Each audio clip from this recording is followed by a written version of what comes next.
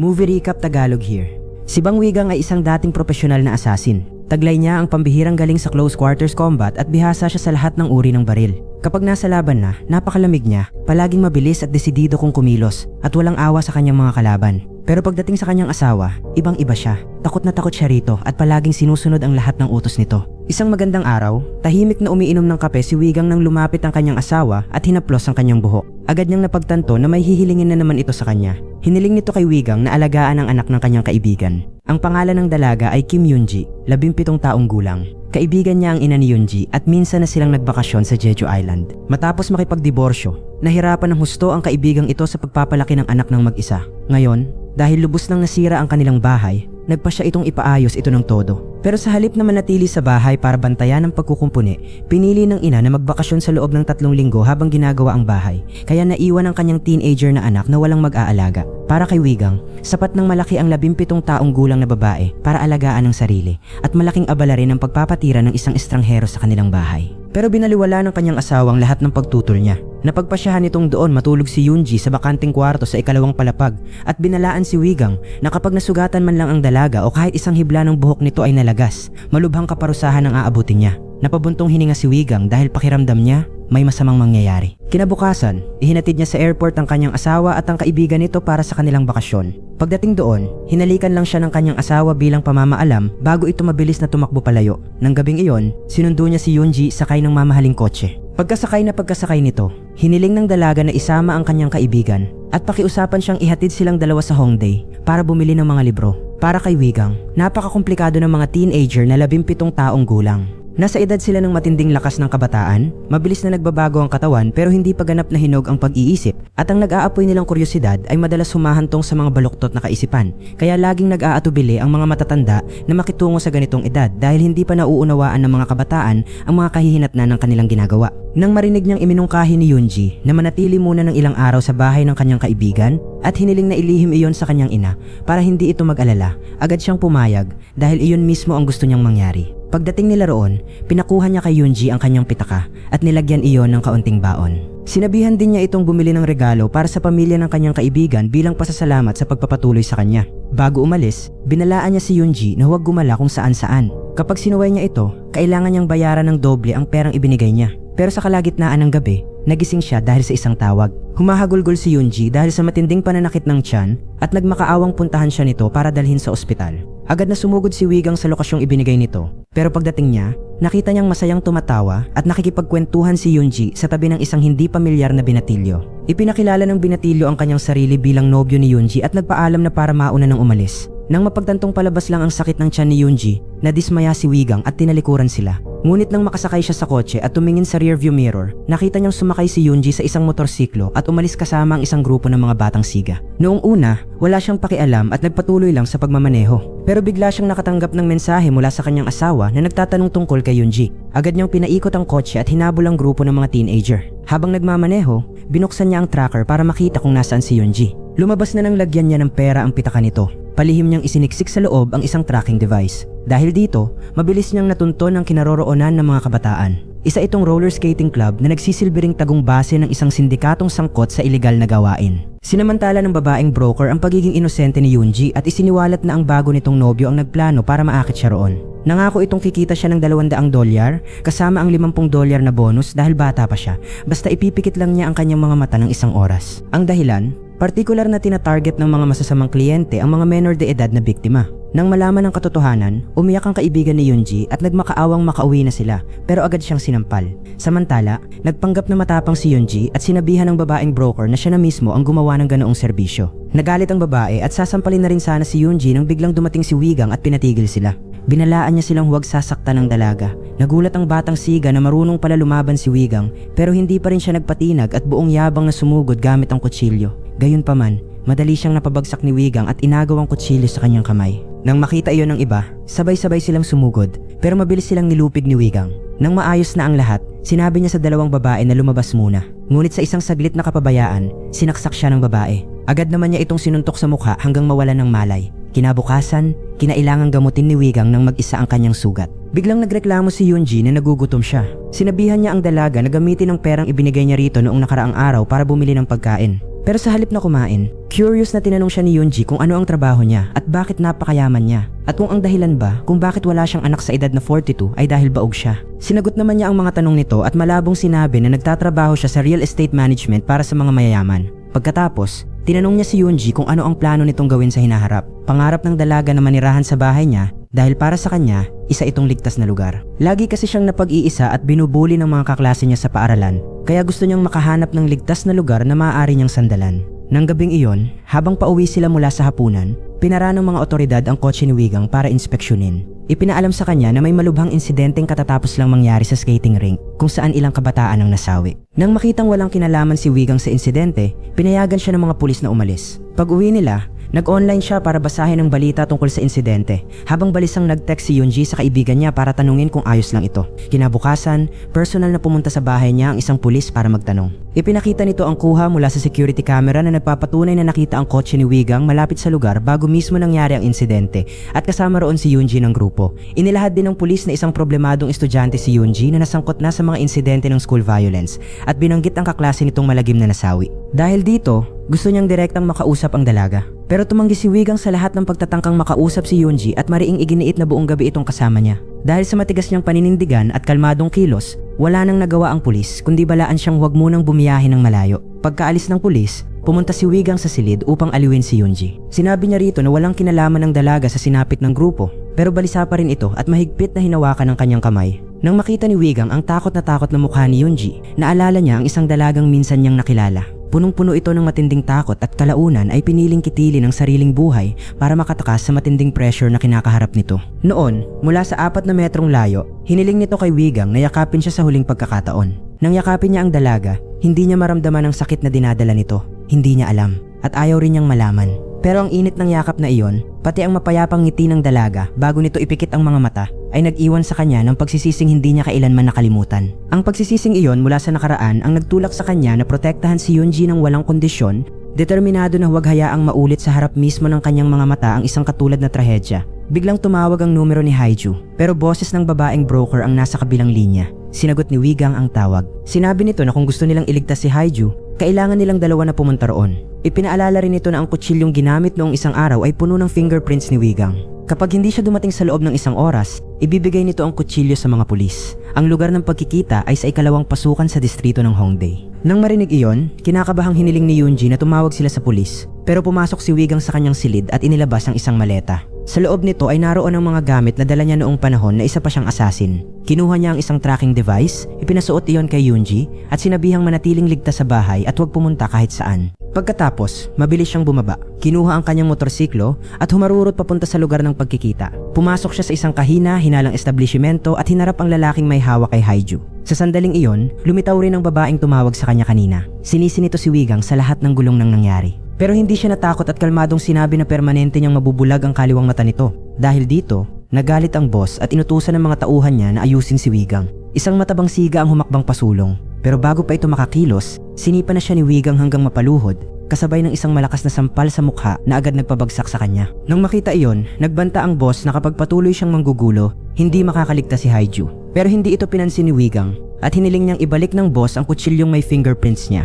Nang tumanggi ang lalaki, kinuha ni Wigang ang bote ng alak at ibinasag ito diretso sa ulo ng tauhan. Galit na tumawag ang boss at inutusan ng mga tauhan nitong tapusin si Haiju. Agad na bumunot ng patalim si Wigang at hiniwa ang braso ng tauhan hanggang sa tuluyang ihagis ng boss ang kutsilyo. Samantala, naglabas ng baril ang boss at nagbantang papatayin siya. Ngunit binalaan ni Wigang ang boss na tumawag ng ambulansya kung gusto nitong manatiling buhay ang tauhan nito. Sa sobrang galit, malakas na sumigaw ang babae na barilin siya. Agad na ibinato ni Wigang ang hawak niyang sandata sa boss, saka gumulong upang makaiwas sa sunod-sunod na putok. Nang mapagtanto ng boss na isang tunay na assassin ang kaharap niya, dali-dali itong tumakas. Hinabol siya ni Wigang, ngunit na-ambush siya. Isang nakatagong kalaban ang naghagis ng mga dart sa kanya, ngunit madali niya itong naiwasan. Agad na naglaban ang dalawa sa malapitan. Hindi basta-basta ang kalaban at pantay ang kanilang laban. Ngunit ang masamang gawain ay may kapalit na malas. Hindi sinasadyang natusok sa likod ng kalaban ang isang matulis na bagay, kaya hindi na ito makapagpatuloy sa laban. Dahil ayaw siyang patayin ni Wigang, pumunta siya sa kanyang sasakyan at umalis sa lugar. Pagdating sa harap ng bahay, agad niyang naramdamang may mali nang makita niya ang kakaibang mga bakas ng gulong. Pagpasok niya at pagkakita sa napakaraming bakas ng paa, nakumpirma niyang dinukot si Yunji. Walang pag-aalinlangan niyang kinuha ang kanyang mga armas at sinundan ang lokasyon nito gamit ang tracking device na nakakabit kay Yunji. Pagdating niya roon, napagtanto niyang isa rin itong underground entertainment hub. Pagkapasok pa lang niya, sinuntok agad ni Wigang sa mukha ang doorman. Napansin niyang may dalawang babaeng nakaupo at gulat na nakatingin sa kanya. Ngunit wala siyang sinabi at dumiretso sa susunod na silid. Nang makita niyang ginugulo ng dalawang lalaki ang isang babae, agad niya silang pinabagsak upang iligtas ito at tinanong kung nasaan si Yunji. Ngunit wala itong alam.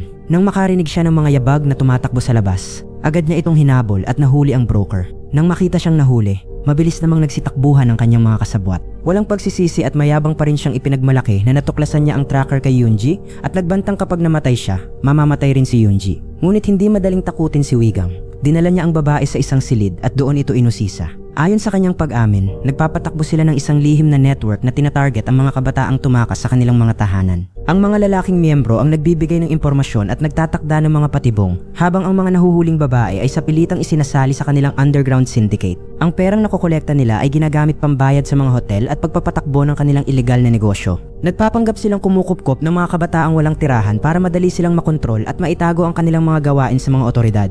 Ngunit kinwestiyon ito ni Wigang dahil hindi tulad ng ibang random na biktima, hindi naman tumakas si Yunji. Gusto niyang malaman kung ano talaga ang nangyari sa kanya. Inamin ng babaeng broker na sadyang tinarget at pinagplanuhan ang pagkakadakip sa dalaga ng isang taong pamilyar sa kanila. Agad niya itong pinilit na sabihin kung saan ikinukulong si Yunji. Sa tindi ng panggigipit ni Wigang, napilitan siyang amining nakakulong ang dalaga sa isang hotel na tinatawag na Don't Tell Papa sa labas ng Wonju, malapit sa hole-in-one golf course. Gusto ring malaman ni Wigang kung sino ang nag-utos sa pagkuha sa dalaga, ngunit ang kapatid lang niya ang nakakaalam. Nang marinig iyon, sinabi niyang darating na ang mga pulis upang bigyan siya ng agarang lunas, habang mabilis namang nagtungo si Wigang sa bagong lokasyon upang sundan ang bakas. Pagdating sa Don't Tell Papa Hotel, biglang may palakol na lumipad sa kanya pagkapasok niya. Dalawang bouncer ang sumugod at inatake si Wigang. Hindi masama ang kanilang kakayahan sa pakikipaglaban at halos mapantayan nila siya sa lahat ng aspeto. Ngunit makalipas lamang ang ilang minutong pagsubok sa kanilang kakayahan, mabilis na nakontrol ni Wigang ang laban. Pinabagsak niya ang isa at iniwang baldado ang isa. Sa sandaling iyon, nakita ito ng isa pang grupo ng mga bouncer at sabay-sabay silang sumugod upang makipaglaban. Ngunit laban sa isang top-tier assassin na tulad niya, napakahina pa rin nila. Iniwasan niya ang kanilang mga atake at mabilis na gumante hanggang sa isa-isa niya silang pinabagsak. Pag-akyat niya sa itaas na palapag, mas marami pa ang sumalubong sa kanya. Ngunit sa kanyang pambihirang kakayahan na sinamahan ng mga baril para lamang silang mga target na pinapaputukan niya. Nang mapagtanto ng huling tatlong lalaki ang napakalaking agwat ng kanilang kakayahan, mabilis silang nagsitakbuhan, ngunit walang sino man ang nakatakas sa kamay ni Wigang. Gusto ni Wigang malaman kung nasaan si Yunji, ngunit dahil wala silang alam, agad niyang pinabagsak ang isa. Sinabi niyang mabubuhay ang unang magsasalita, ngunit nanumpa sila sa Diyos na hindi sila nagsisinungaling. Kaya agad niyang pinabagsak ang isa pa hanggang sa isa na lang ang natira. Lumuhod ito at nagmakaawa para sa kanyang buhay. Bagamat hindi niya alam, itinuro niya ito sa isang taong maaaring makatulong, ang manager na naka-dreadlocks. Sinabi niyang alam niya kung saang kindergarten nag-aaral ang anak ng manager. Ngunit biglang nahulog mula sa itaas ang manager, kaya wala nang silbi ang batang siga. Biglang lumitaw ang isang dayuhang mersenaryo at sinabing siya lang ang nakakaalam kung nasaan si Yunji. Nang makita ang armas sa kamay nito, nakilala ni Wigang na isa itong kutsilyo ng Spetsnaz Special Forces, isang napakahusay na ballistic knife. Pero sa ngayon, ang gusto lang niyang malaman ay kung nasaan ang babae. Hinamon siya ng mersenaryo at ibinunyag na kailangan ng organisasyon na makakuha pa ng maraming target na katulad ni Yunji para mabawi ang matinding pinsalang ginawa niya, kaya imposibleng pakawalan si Yunji. Gayunpaman, bibigyan niya ito ng pagkakataon. Kung pupunta siya sa Dongying Port, Vladivostok, sa Irana River ng eksaktong alas 8 ng umaga, makikita niya ang babae. Dahil alam niyang hindi siya basta makakaalis, nilinlang niya ito papasok sa hotel kung saan naghanda siya ng lubid at puli bago sila maglaban. Depensibo munang lumaban si Wigang habang hinihintay ang pagkakataong maitali ang lubid sa katawan nito, saka siya gumante at sinipa ito pababa. Agad niyang hinawakan ang kabilang dulo ng lubid at tumalon palabas ng bintana. Hinila ng lubid ang mersenaryo hanggang bumagsak ito sa pader at mawalan ng malay, habang si Wigang naman ay bumagsak sa isang kotse. Sa mismong sandaling iyon, naroon din ang pulis na nakilala niya noong isang araw, si Yang Ho. Nagpaputok ito bilang babala at itinutok ang baril kay Wigang. Inaakusahan siyang pumatay sa babaeng broker at sangkot din sa malagim na insidente sa roller rink. Ngunit hiniling niya rito na hayaan muna siyang hanapin ng babae at saka napag-usapan ng lahat. Sinabi rin niyang siya ang saksi sa kaso sa roller rink. Bilang isang sugatang saksi, kailangan nitong makatanggap agad ng emergency care at hindi ito maaaring pilitin o pahirapan dahil labag iyon sa batas. Pero hindi naniwala ang pulis sa sinabi niya. Nang aarestuhin na sana siya at dadalhin sa istasyon, mabilis na inagawan ni Wigang ng baril at pinabagsak ang pulis, saka sinabihang sumakay sa kotse. Pagkatapos, sabay silang umalis para hanapin si Yunji. Dumating sila sa isang pantalan. Matapos maghanap ng ilang sandali, nakita nila ang sasakyang kinasasakyan ni Yoonji. Walang pag-aalinlangan niyang inapakan ng silinyador at sumugod papunta sa mga ito.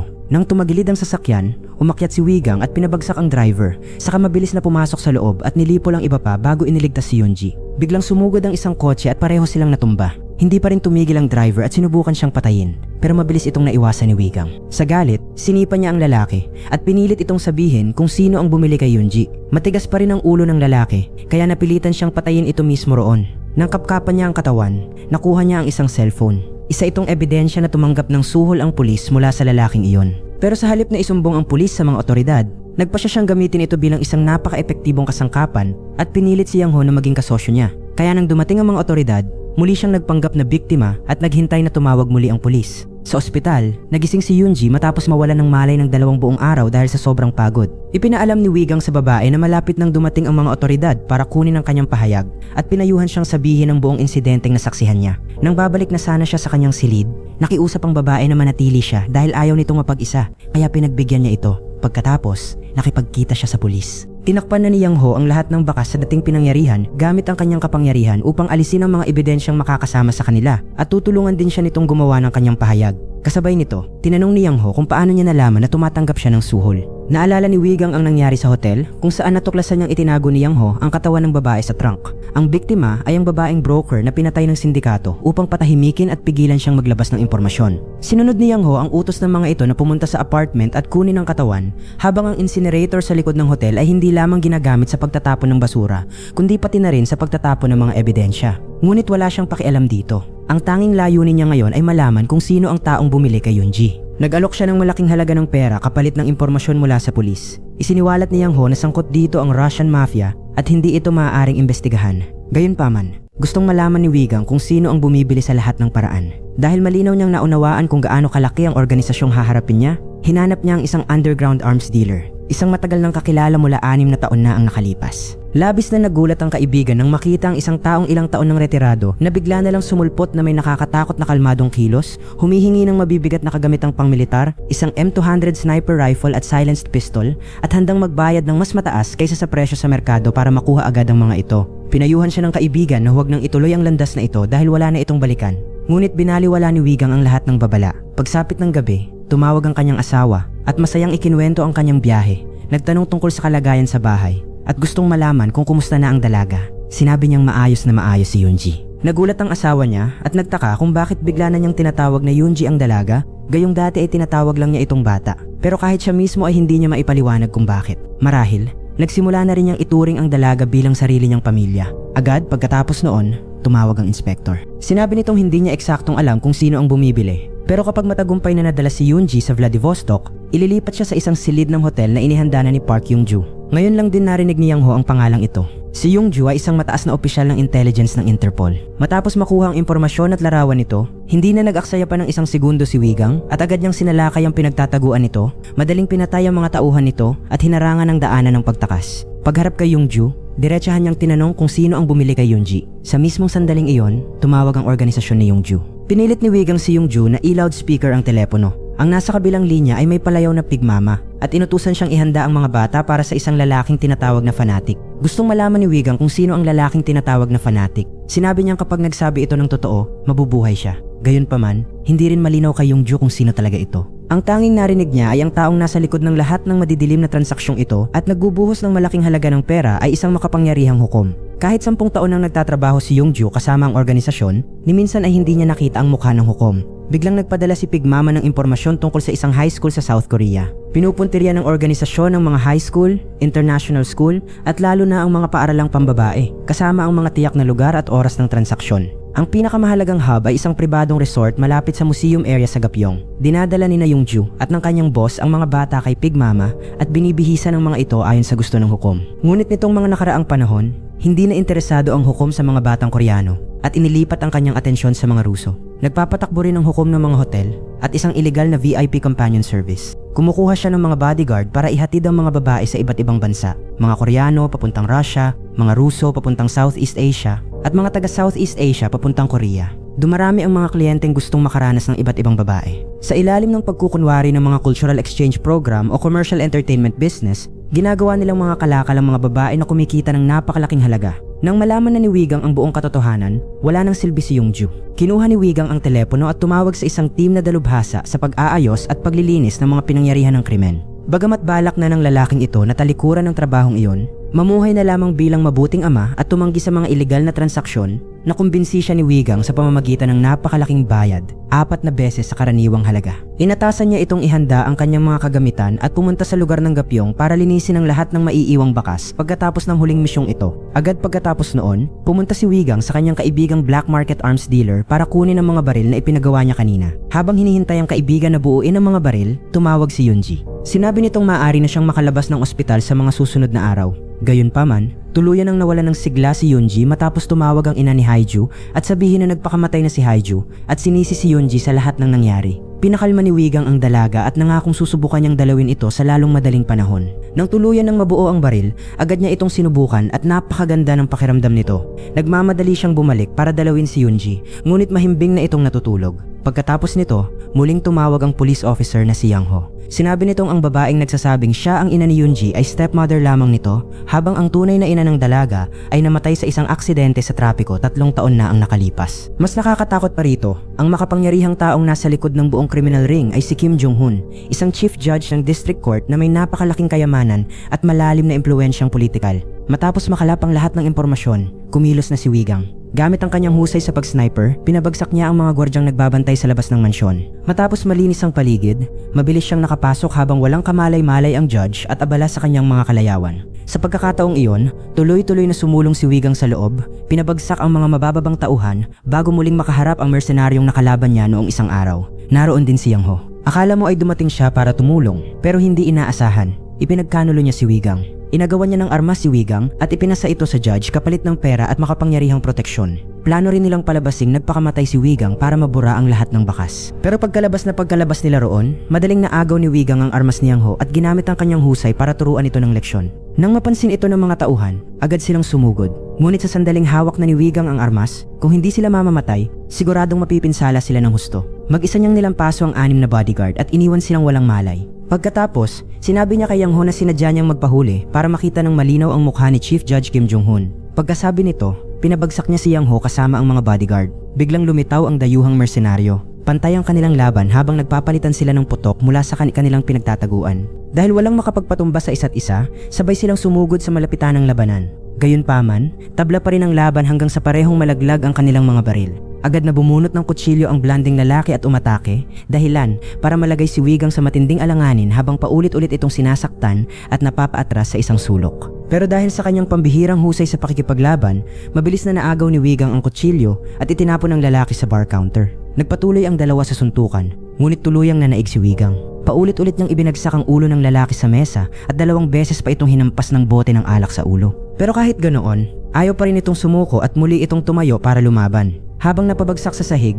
bigla niyang nakita ang isang baril sa harap niya. Sinubukan niyang barilin si Wigang, ngunit napigilan siya nitong mahatak ang gatilyo. At nang sandaling maabot ng blanding lalaki ang kutsilyo, pinaputukan siya ni Wigang para tuluyan siyang tapusin sa kasinipa pabagsak sa swimming pool.